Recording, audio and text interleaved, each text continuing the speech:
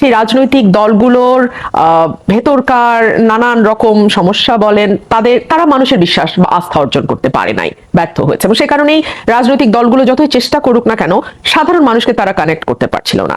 কিন্তু জুলাই মাসে যখন ছাত্র জনতা, একেবারে সাধারণ মানুষ যখন আন্দোলনে যুক্ত হওয়া শুরু হলো, তখন কিন্তু একটা অন্যরকম জাগরণ আমরা লক্ষ্য করেছি।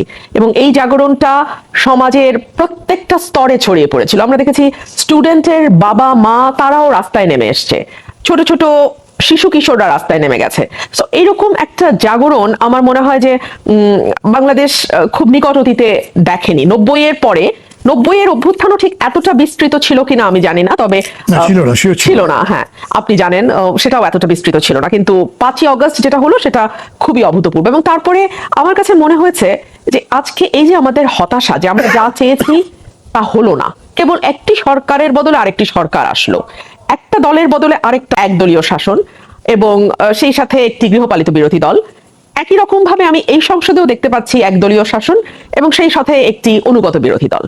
এবং আমি যদি বলি বিরোধী দল বা বিরোধী কণ্ঠ হিসেবে এনসিপি যতটা সোচ্চার, আমি কিন্তু জামাতকে সেরকম ভূমিকা রাখতে দেখছি না।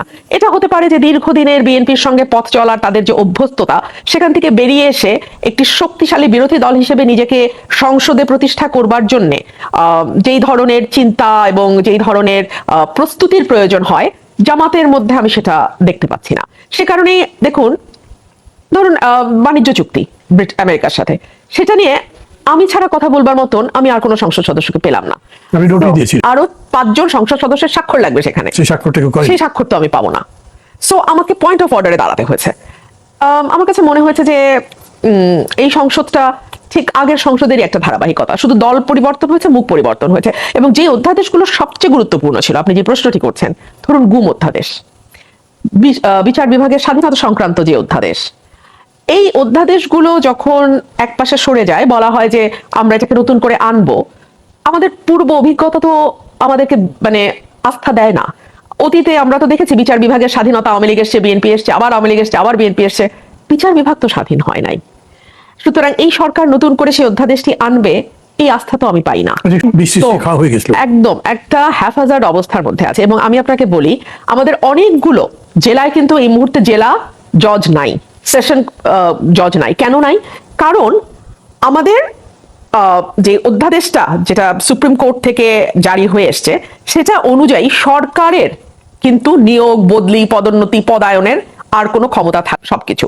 কিন্তু এখন দেখা যাচ্ছে যে আইন মন্ত্রণালয় থেকে বলা হচ্ছে, রেকমেন্ড করা হচ্ছে অমুককে অমুক জায়গায় জেলা জজ করা হোক, সেশন কোর্টে অমুককে দেয়া হোক। বর্তমান চিফ জাস্টিস খুবই রাইটলি তিনি এই পদায়নটা করছেন না, কারণ তিনি বলছেন যে এটা তো শুধুমাত্র সুপ্রিম কোর্টের একক এখতিয়ার, এখানে তো নির্বাহী বিভাগ কথা বলতে পারে না, আইন মন্ত্রণালয় কথা বলতে পারে না। কিন্তু সেটা বলছে যে পার্টি বিউরোক্রেসি বা পার্টি অলিগার্কির মতো আমলাতন্ত্র জিতবে না বিচার বিভাগ জিতবে। সে কারণে আপনি দেখবেন সরকারগুলো যেহেতু আমলাতন্ত্রের উপর বিচার বিভাগের চেয়ে অনেক বেশি নির্ভরশীল, আমলাতন্ত্রের বরাদ্দ বাজেটে সবসময় দেখবেন অনেক বেশি, আমাদের বিচার বিভাগের বরাদ্দ কিন্তু অতি অপ্রতুল। কিন্তু বড় বড় সিদ্ধান্ত নেওয়ার সময় তখন কিন্তু বিচার বিভাগের ঘাড়ি বন্দুকটা রাখতে হয়। তত্ত্বাবধায়ক সরকার বাতিল বলেন, তখনও বিচার বিভাগের ঘাড়ি বন্দুক ওঠে। বিচারকদের বয়স বাড়িয়ে একজন বিশেষ বিচারপতিকে তত্ত্বাবধায়ক সরকারের প্রধান করবার যেই চক্রান্ত, তখনও কিন্তু বিচার বিভাগকেই ব্যবহার করতে হয়। সো বড় বিপদে পড়লে তখন বিচার বিভাগের প্রয়োজন হয়, কিন্তু ডে টু ডে লাইফে তো নির্বাহী বিভাগের ভূমিকা অনেক বেশি। সে কারণেই আমলাদের সঙ্গে বিচার বিভাগের, জুডিশিয়ারির সবসময় একটা দ্বন্দ্ব থাকে। বিভাগ বা আমলারা তারা ম্যাজিস্ট্রেসি পাওয়ার এনজয় করবে কিনা, জুডিশিয়াল পাওয়ার তাদের থাকবে কিনা, এটা নিয়ে কিন্তু বিচার বিভাগ এবং ব্যুরোক্রেসির মধ্যে একটা দ্বন্দ্ব চিরকালীন রয়ে গেছে। বিচার বিভাগ বা জুডিশিয়ারি কখনো চায় নাই যে আমলাদের হাতে এই ম্যাজিস্ট্রেসি পাওয়ার দেয়া হোক, কিন্তু তারপরেও কিন্তু আমরা টাইম টু টাইম দেখেছি তাদেরকে এই জুডিশিয়াল পাওয়ারটা দেয়া হয়েছে। যদিও এই ব্যাপারে রায় হয়ে গেছে, সুপ্রিম কোর্টের রায় হয়ে গেছে যে কোনো আমলার কাছে এই পাওয়ার যাবে না। কাজী বাদশাকে ডাকতে পারতেন। আমি এরকম করে বুঝি যে ডেফিনেটলি যদি আপনি বলেন, এবং এই চেক অ্যান্ড ব্যালেন্সটার জন্যই তো রাষ্ট্রের 3টা স্তম্ভের মধ্যে চেক অ্যান্ড ব্যালেন্সের জন্যই তো এক্সিকিউটিভ, জুডিশিয়ারি আর লেজিসলেটিভ 3টা আলাদা স্তম্ভ, 3টা আলাদা বিভাগ রাখা হয়েছে। কখনো জুডিশিয়ারি তাদের উপর আপার হ্যান্ড নেবে, কখনো এক্সিকিউটিভ আপার হ্যান্ডে হয়তো যেতে পারে, কিন্তু সর্বদাই এক্সিকিউটিভ তোষণ এটা কিন্তু অটোমেটিক্যালি একটা স্বৈরাচারকে তৈরি হতে সাহায্য করে। Interpreter of the constitution also. Absolutely. আমি আপনাকে একটা ছোট উদাহরণ দিই, ভেরি রিসেন্ট এক্সাম্পল। রামিসা শিশু জি। ঘটনাটি আপনি দেখুন, একটা দাবি উঠলো সকল জায়গা থেকে, শরিয়া আইন আনতে হবে এবং লোক সম্মুখে ফাঁসি দিতে হবে। এই যে এই দাবিটা, এটা যত বেশি আবেগতাড়িত তত বেশি লজিক্যাল না। শরিয়া আইন আছে এমন বহু দেশ উদাহরণ দিয়ে দেখানো যায় যেখানে এই ধরনের সহিংসতা, নৃশংসতার মাত্রা যথেষ্ট উচ্চ। আবার নর্ডিক কান্ট্রিগুলোর দিকে যদি আমরা তাকাই, আমরা দেখব এই ধরনের সহিংসতার মাত্রা প্রায় নাই বললেই ফাঁসি দিতে হবে, এটা চিন্তাই করা যায় না। হ্যাঁ, সো আমরা যতটা আবেগ ড্রিভেন, যেটা আপনি বলছেন, অ্যাবসলিউটলি ততটা নলেজ ড্রিভেন না। আপনি আমাকে বলেন মান্না ভাই, আমি যখন বিলেতে পড়াশোনা করেছি, আন্ডারগ্রাউন্ড দিয়ে যখন আমরা যেতাম এক জায়গা থেকে আরেক জায়গায়, প্রত্যেকের হাতে একটা বই থাকতো। সেটা নোভেল হতে পারে, সেটা কবিতার বই হতে পারে, কিংবা সেটা কোনো হয়তো কাঠখোট্টা প্রবন্ধ হতে পারে। আর যার হাতে বই নেই তার হাতে নিউজ পেপারটা থাকতো। আপনি বাংলাদেশে গণপরিবহনে যদি ওঠেন, আমি উঠেই বলছি আপনাকে, বই তো দূরের কথা, আপনি কারো হাতে পত্রিকাও পাবেন না, পত্রিকাও পাবেন না। এবং যত সময় যাচ্ছে আমি তত দেখতে পাচ্ছি এই দেশের মানুষের মধ্যে অস্থিরতা, অসহিষ্ণুতা, আবেগের চরম একটা পর্যায়ে পৌঁছে যাওয়া দ্রুত, এগুলো অনেক বাড়ছে। আমি দুদিন আগে একটা আর্টিকেল পড়ছিলাম, সেখানে বলা হয়েছে যে 20 শতকের শুরুর দিকে ইউরোপে এই ধরনের, আমেরিকায় এই ধরনের অতিরিক্ত আবেগ ড্রিভেন আচরণ লক্ষ্য করা গেছে ম্যাস পিপলের মধ্যে। তো পরীক্ষা করে দেখা গেছে যে লেড বা সীসার পরিমাণ যখন তাদের শরীরের ভেতরে বেড়ে গেছে বিভিন্ন কল কারখানা প্রযুক্তির উৎকর্ষের ফলে, এই ঘটনাটি ঘটেছে। বাংলাদেশে আর্সেনিক, লেড এবং আরেকটা কোন কেমিক্যালের কথা এই মুহূর্তে আমার মনে পড়ছে না, এই তিনটার মাত্রাতিরিক্ত উপাদান মানব দেহে পাওয়া গেছে। হ্যাঁ, এবং সেই আর্টিকেলটার মধ্যে একদম করে বলছিল যে 20 বছর নাকি এই সময়টা, এই ধাতুগুলো বা এই কেমিক্যালগুলো যদি শরীরে একটা নির্দিষ্ট মাত্রার চেয়ে বেশি থাকে দীর্ঘ সময়, 20 বছরের মতো, তখন একটা এরকম ভয়াবহ রকম অসহিষ্ণু একটা প্রজন্ম। এটা কারণ আমাদের জ্ঞানের দৈন্যতাটা না খুব প্রকট, একদম প্রকট, আমি শব্দটাই বলবো। এবং বিশেষ করে রাজনীতিতে গত কয়েক দশকে এমন সব মানুষ যুক্ত হয়েছে যারা জ্ঞান চর্চাটাকে খুব একটা সম্মানের চোখে দেখে না। ধরুন, আপনি সোসাইটিটাকে কিভাবে তৈরি করতে চান? আপনি কি একটা জ্ঞানভিত্তিক সমাজ তৈরি করতে চান, নাকি আপনি অর্থ নিয়ন্ত্রিত একটা সমাজ তৈরি করতে চান?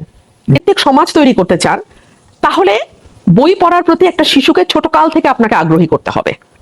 শিশুর আগ্রহ কোন দিকে? সবার আগ্রহ একদিকে থাকে না মান্না ভাই। তার আগ্রহ কোন দিকে, তাকে সেই ব্যাপারে রাষ্ট্রকে ফ্যাসিলিটেট করতে হবে।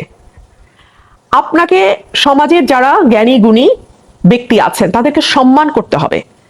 আপনার আমার মতো পরিবারে যারা ব্রিলিয়ান্ট স্টুডেন্ট, তারা কিন্তু কেউ দেশে নাই, এটা লক্ষ্য করেছেন?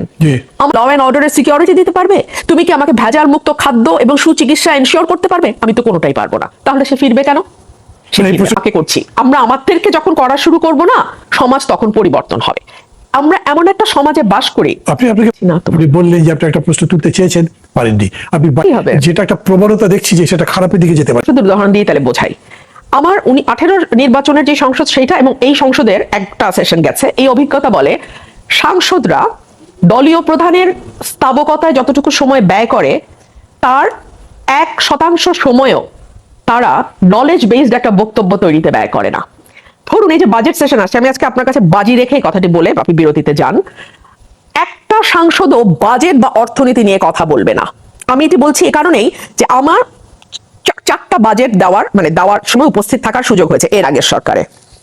4টা বাজেটে আমার স্পিচগুলো যে মিডিয়াতে আছে, যে কেউ দেখে নিতে পারবে, আমি অর্থনীতির বাইরে একটা শব্দও বলি না। আমি গর্ব নিয়ে বলি, কিন্তু অর্থনীতি কিন্তু আমার বিষয় নয়। আমি এই বক্তব্য রাখার জন্য অর্থনীতি পড়েছি, বুঝেছি, শিখেছি, তারপরে বক্তব্য দিয়েছি। আপনি কজন এমপির মধ্যে, আমি আমার প্রশংসার জন্য বলছি না, আমি জাস্ট এক্সাম্পল দিচ্ছি। আপনি একটা এমপিকে যদি বের করতে পারেন যিনি অর্থনীতি পড়ে বুঝে অর্থনীতির উপর বক্তব্য রাখবেন, আপনি পাবেন। কথা বলেন, তারা কয়েকটি কথা খুব রিপিটেডলি বলেন। একটা হচ্ছে বিচারহীনতার সংস্কৃতি, মানুষের বিচার বিভাগের প্রতি আস্থা নাই, সরকারের প্রতি আস্থা নাই, পুলিশের প্রতি আস্থা নাই, প্রচলিত ব্যবস্থার প্রতি আস্থা নাই, ক্ষুব্ধতা আছে এবং অতীতের অনেক ঘটনায় যেহেতু বিচার হতে তারা দেখে নাই, সে কারণেই তারা এই ধরনের মব করে দেন অ্যান্ড দেয়ার একটা জাস্টিস করার চেষ্টা করে। কিন্তু এই কথাগুলো বলার সময় আমরা ভুলে যাই যে আমরা কোনো প্রিমিটিভ সোসাইটিতে বাস করছি না। আমরা ওই মধ্যযুগীয় অবস্থার পরে আরো বহু বহু বহু কাল আমরা অতিক্রম করেছি, এবং একটা যেমনই হোক গণতান্ত্রিক ব্যবস্থায় একটা রাষ্ট্র যেভাবে চলে, প্রতিষ্ঠানগুলো যেভাবে চলে, সেটাকে কি করে আরো কার্যকর করা যায়, বা যদি একেবারেই অকার্যকর হয় সেটাকে কি করে চালু করা যায়, সেই দিকে আমাদের নজর দেওয়া উচিত। এবং সেটা যদি আমরা করি তাহলে অটোমেটিক্যালি এই ধরনের যুক্তিগুলো আর সামনে আসতে পারে না। আরেকটা বিষয়, ইন্টারিয়াম গভর্নমেন্টের সময় যারা মব করেছে তাদের ব্যাপারে কিন্তু আমার এক ধরনের থিওরি আছে মান্না ভাই। আমি মনে করি ইন্টারিয়াম সরকার এটাকে একভাবে না একভাবে পেট্রন করেছে, এটাকে আশকারা দিয়েছে, এটাকে লালন পালন করেছে। 32 নম্বরে যে ঘটনাটা ধরে তারা ভেঙেছে, সেই তো। হ্যাঁ, পুলিশ দাঁড়ানো, সব দাঁড়ানো, এর সামনে এগুলো ঘটেছে। সুতরাং সরকার চেয়েছে, সে কারণেই এটা এত দীর্ঘ সময় ধরে ঘটতে পেরেছে। এখন প্রশ্ন হলো সরকার কেন চেয়েছে?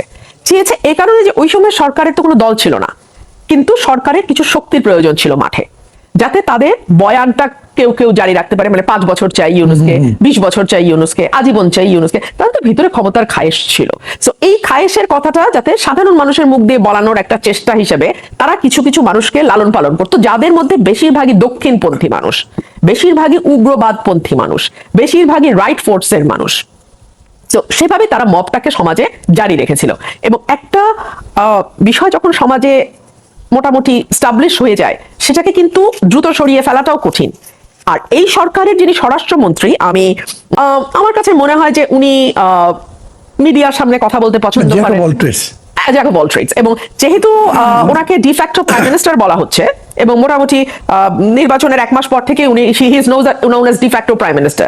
সো এইটা কে না এনজয় করে, তাই না? কে না এনজয় করে? দুধের স্বাদ যদি ঘোলে মেটে ঘোলি সই।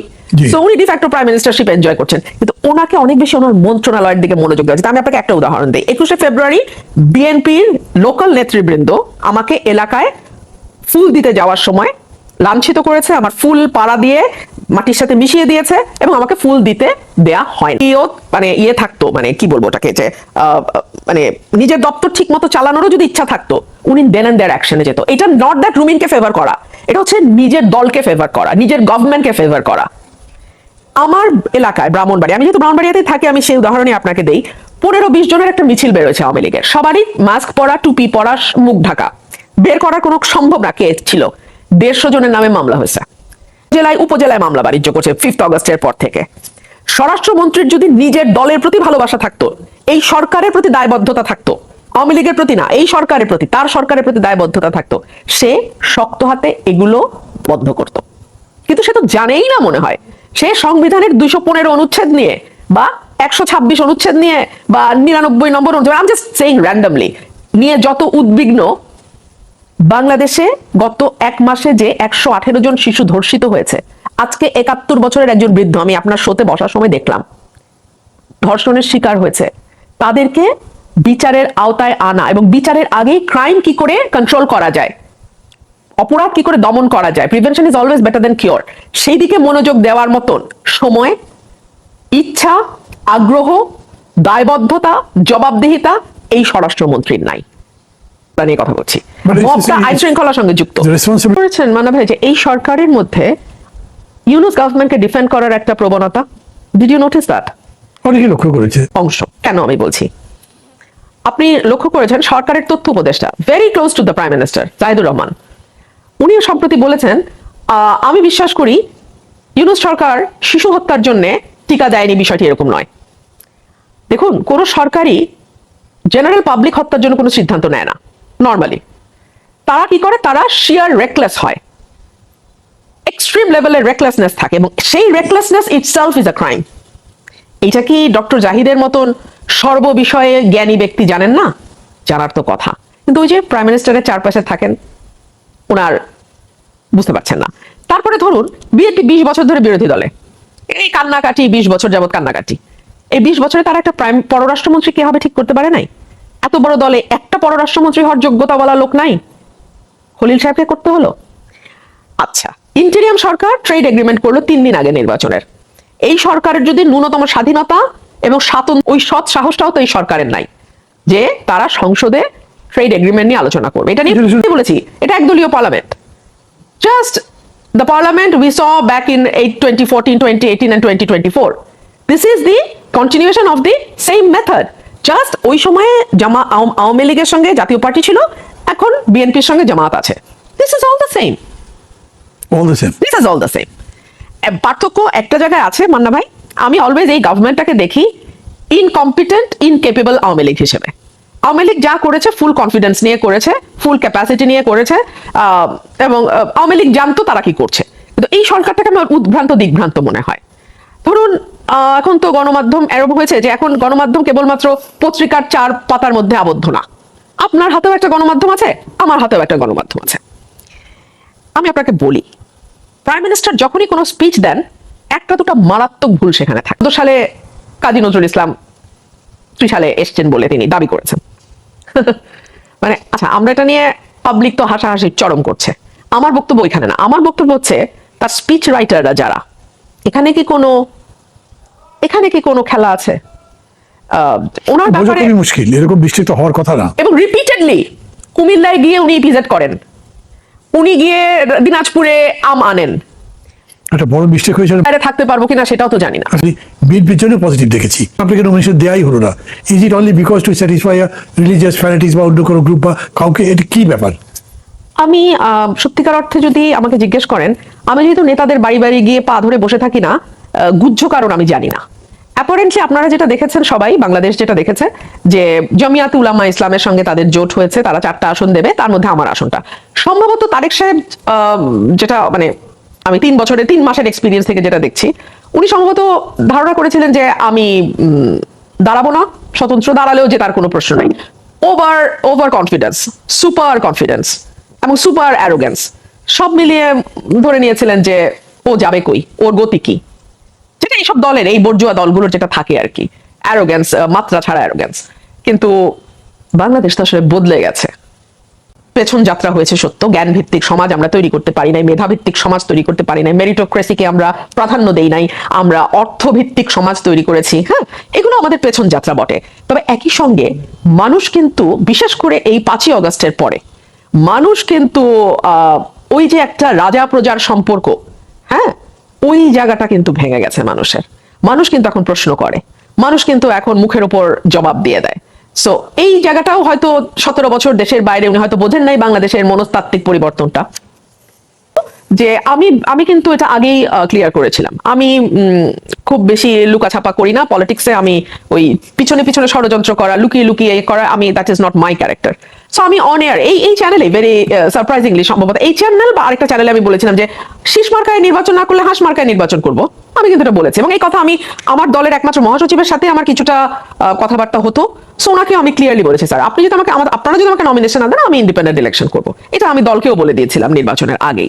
সো ওই যে মানে নেতাদের বাড়ি বাড়ি যাওয়া, হাতে পায়ে ধরা, আপনি নমিনেশন না দিলে আমি মৃত্যুবরণ করব, এই ধরনের আলোচনা আমার হয় নাই। সো আমি ঠিক জানি না তারা রাজনীতি করে একদম। আমি এই কেন আপনি যে প্রশ্নটা করলেন তার উত্তরে আমি আপনাকে বলি, আপনি কি একটা ভিডিও দেখেছেন? 3জন মন্ত্রী 3টা ভিন্ন অকেশনে তারেক রহমানের গাড়ির পিছনে দৌড়াচ্ছে। জি, ভিডিও দেখিনি। এরকম সত্তা বিবর্জিত সারমেয় আনুগত্য, এর চেয়ে ভদ্র ভাষায় আমার পক্ষে বলা সম্ভব না। এই সারমেয় আনুগত্য লালন করা প্রজাতি দেখেছেন পলিটিক্সে এসছে? আমি দেখি নাই। আমার বাবাকে আমি দেখেছি, আমি এরকম সারমেয় আনুগত্য শ্রেণীর পলিটিক্স আমি দেখি নাই, বাট এখন সেটা হচ্ছে। এই জায়গায় তো আমি পিছিয়ে যাবই, আমরা পিছিয়ে যাবই। আপনি পিছিয়ে যান না। রাজনীতি করেছেন, আমার বাবাদেরকে দেখেছি। রাজনীতি কিন্তু বেড অ্যান্ড বাটার আর্নিং এর সোর্স না, কিন্তু এটা আগে প্রথমে বুঝতে হবে। সো আমি ভৃত্যের মতন আনুগত্য রাজনীতিতে চাইবো যে আমি মহারাজা আর বাকি সব ভৃত্য, এইরকম এই ভৃত্য মানসিকতা লালন যারা করে তারা কিন্তু রাজনীতিকে ব্যবসা বা সোর্স অফ ইনকাম হিসেবে দেখে, সে কারণে ওই ভৃত্যটা হতে পারে। কিন্তু আমরা তো রাজনীতি আমাদের কাছে সেটা না। রাজনীতি না করলে না করলাম, আমাকে এমপি হতেই হবে, মন্ত্রী হতেই হবে, ক্ষমতায় থাকতেই হবে, not necessarily, not at all. আমি তো এর আগেও 4 বছর এমপি ছিলাম। আওয়ামী লীগের একটা এমপি বা মন্ত্রী বলুক, মন্ত্রী বিশেষ করে, যে তাদের কাছে কোনো তদবির নিয়ে আমি গেছি, বিএনপি সরকার এসছে, একটা মন্ত্রী বলুক আমি গত 3 মাসে একটা তদবির তাদের কাছে করেছি। I have my respectable profession. I am a lawyer. I am a practicing lawyer. আমার সেখান থেকেই যথেষ্ট ইনকাম হয়। সুতরাং যেরকম করে বলছেন সেই সাথে কথাবার্তা বলছেন, অন্য কারোর সাথে কথাবার্তা বলছেন, সেসব জায়গায় চলে যাবেন। না মানা ভাই, না না, একদমই না। অল্প বয়সে রাজনীতিতে জড়িয়ে গেছিলাম, বিএনপির ভয়াবহ দুঃসময় ছিল। তখন আসলে তখন আমি যদি সত্য কথা বলি সেই সময়টাতে, সেটা অটোমেটিক্যালি বিএনপি, আপনাকে সত্য কথা যদি আপনি বলতে চান রাজনীতিতে, সেটা অটোমেটিক্যালি বিএনপির পক্ষে যাবে, এবং সেটা গেছে। বাট তার মানে তো এই নয় যে আমাকে আমার সত্তা বিসর্জন দিয়ে আসলে রাজনীতিটা করতে হবে, নট নেসেসারিলি। আরেকটা প্রশ্ন, বাংলাদেশের জন্য একটা ভয়াবহ দুঃসংবাদ হিসেবে আমি দেখি। আমি চুক্তিটার যতটুকু জেনেছি, এখানে কেবল $1 বিলিয়ন বোয়িং কেনার ব্যাপার না, কিংবা এখান থেকে আমেরিকার আলু, গম, ভুট্টা আমদানির ব্যাপার না। এটার ভেতরে তার চেয়েও ভয়াবহ ব্যাপার আছে। এবং বাংলাদেশের উপর যে পরিমাণ বাধ্যবাধকতার বিষয় দেয়া হয়েছে, তার 1/1 আমেরিকার ব্যাপারে করা হয় নাই। এবং আকসা জিসুমিয়ার দুটো চুক্তি একেবারে ফাইনাল পর্যায়ে আছে। সেটা যদি হয়, বাংলাদেশ যদি আরেকটা রাষ্ট্রের ভেসেল স্টেট হয়, আমরা 20 কোটি মানুষের এই ছোট্ট ভূখণ্ড আমরা কতটুকু সার্ভাইভ করতে পারবো জানি না। ঘরের পাশে বার্মা অ্যাক্ট হয়ে গেল, 10 লক্ষের উপরে রোহিঙ্গা নিয়ে আমরা বাস করছি। কুতুপালংয়ের ওদিকে যাবার মতন পরিবেশ নাই। এর মধ্যে যদি বাংলাদেশে সামরিক বিমান ঘাঁটি সহ আরো যেই বিষয়গুলো নিয়ে যে আকসা এবং জিসুমিয়ার কথা হচ্ছে, আমি জানি না বাংলাদেশে বলা হয়ে থাকে যে কোনো নির্বাচিত সরকারের পক্ষে আসলে এই চুক্তিগুলো করা সম্ভব ছিল না, সে কারণেই ইউনূস সরকারকে বেছে নেওয়া হয়েছে। একেবারেই তাবেদার কোনো সরকার ছাড়া এটা সম্ভব নয়। So I'm really worried about